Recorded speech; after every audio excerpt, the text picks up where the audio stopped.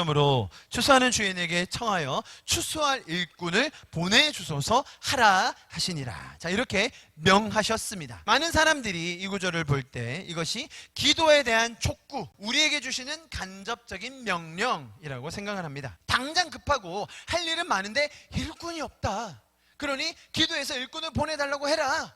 이 사역이 너무 중요한데, 지금 여기 너무 사람이 필요한데, 그 지역에 진짜 지금 막 추수할 사람들이 많은데 없으니까 빨리 기도해서 보내달라고 하라고. 이렇게 기도를 하지 않으면 결국 이런 일꾼들을 보내주시지 않는다고까지 해석을 해요. 일꾼을 더 만들기 위해서는 우리가 이렇게 기도해야만 한다. 예수님이 기도하라고 하셨으니까, 명령문으로 말씀하셨으니까 우리가 이것을 지켜내야만 결국 일꾼들이 많아지고, 그래야 하나님 나라의 추수가 더 많이 일어난다. 이제 이런 논리로 생각을 하죠. 하나님께서는 우리에게 지켜야 할 명령을 잔뜩 주셔서 이제 어떻게 하나 보자. 명령 지키는 놈한테는 상 줄 거고 안 지키는 사람은 국물도 없어, 이렇게 말씀하시는 분이 아니라고 말씀드렸습니다. 이 구절도 예수님께서 주시는 수많은 그 명령 중에 어떤 한 구절이라고 생각하는 순간, 예수님의 말씀이 항상 부담스럽고 예수님의 말씀은 가급적 몰라야 하는 게 상책이겠죠. 명령을 알면 알수록 지켜야 될 게 많아지는데 차라리 모르는 게 속편하지 않겠습니까? 명령이라는 것은요, 윗사람이 상위 조직이 아랫사람이나 하위 조직에 무엇을 하게 함, 이런 뜻을 가지고 있어요. 가장 쉬운 예가 군대겠죠. 군대에서 상급자가 부대원들한테 자, 이 돌을 저녁까지 저기로 옮겨놔. 자, 명령하고 갔습니다. 어떻게 해야 되나요?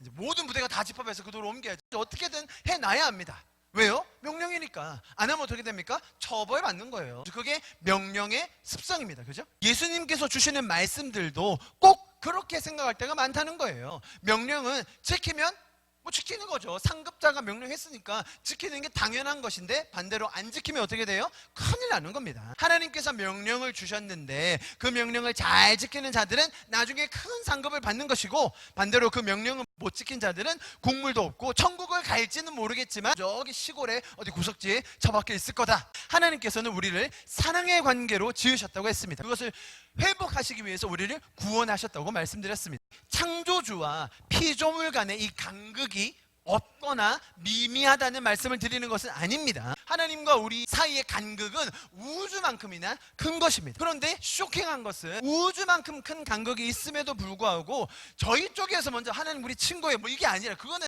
볼상머리 없는 거죠. 우리 쪽에서가 아니라 하나님 쪽에서 갑자기 우리한테 너는 나 같은 존재야. 나는 너를 나처럼 만들었어. 내 형상으로, 내 이미지로 만들었어. 우리는 사랑하는 존재야. 난 너의 보스가 아니야. 내가 너에게 명령해서 뭘 시켜서 이루어내서 나에게 유익을 받으려고 널 만든 게 아니야. 난 널 사랑의 존재로 만들었어. 창조주와 피조물이 사랑하며 함께 동행할 수 있는 여정, 이것이 실현되는 기적을 우리는 날마다 경험할 수가 있게 된 것이에요. 이러한 예수님의 말씀에 대한 해석을 완전히 다르게 할 수 있는 거예요. 이 구절이 똑같이 명령문으로 적혀 있는데, 만약에 이것을 사랑하는 사이의 관계에서 주어졌던 말이라면 어떻게 해석할 수 있냐는 거예요. 자, 예를 들어 볼게요. 자, 신혼부부의 예를 들어보겠습니다. 신혼부부. 남편은 좀 덜렁거립니다. 아내는 아주 꼼꼼해요. 남편이 해외 출장을 갑니다. 아내가 말합니다. 여보, 여권 잘 챙겼죠? 여권이 없으면 못 나가니까. 가면 피곤할 테니까 제가 비타민 챙겨줄 테니까 꼭 먹어요. 그리고 매일매일 물도 많이 마시고요. 밤마다 꼭 전화하세요. 알겠죠? 사랑해요 여보, 잘 갔다 와요. 자, 보냈어요. 근데 공항에 갔는데 남편이 바로 여권부터 지금 어딘지 못 찾고 가서 비타민은 안 먹고 물도 안 먹고 술만 먹다가 녹초가 돼서 돌아왔어요. 그때 아내가 남편한테 얘기합니다. 내가 명령했잖아. 비타민 먹으라고. 여권 챙기세요. 여권 챙겨라고 했잖아. 왜 안 했어? 엎드려 뻗쳐. 또 한 번 해외 출장을 갑니다. 자, 이번에는 아내가 어떻게 할까요? 안주머니에 여권 딱 넣어주고, 비타민 어떻게 해줄까요? 날짜별로 예쁘게 통에 딱 넣어서 잘 보이는 것을 주고, 물 좀 많이 마실 수 있도록 남편이 좋아하는 텀블러 하나 딱 사주고, 그렇게 할 수 있도록 사랑하는 아내가 도와주겠죠. 꼭 사랑하니까 더 열심히 일하겠죠. 그 사람의 유익을 위해서 그렇게 한다는 거예요. 오늘 말씀이 딱 그래요. 오늘 38절 9장이 끝나요. 9장을 끝내고 10장으로 안 넘어가. 10장 1절만 보면 아는데, 자, 예수님께서 명령하셨어요.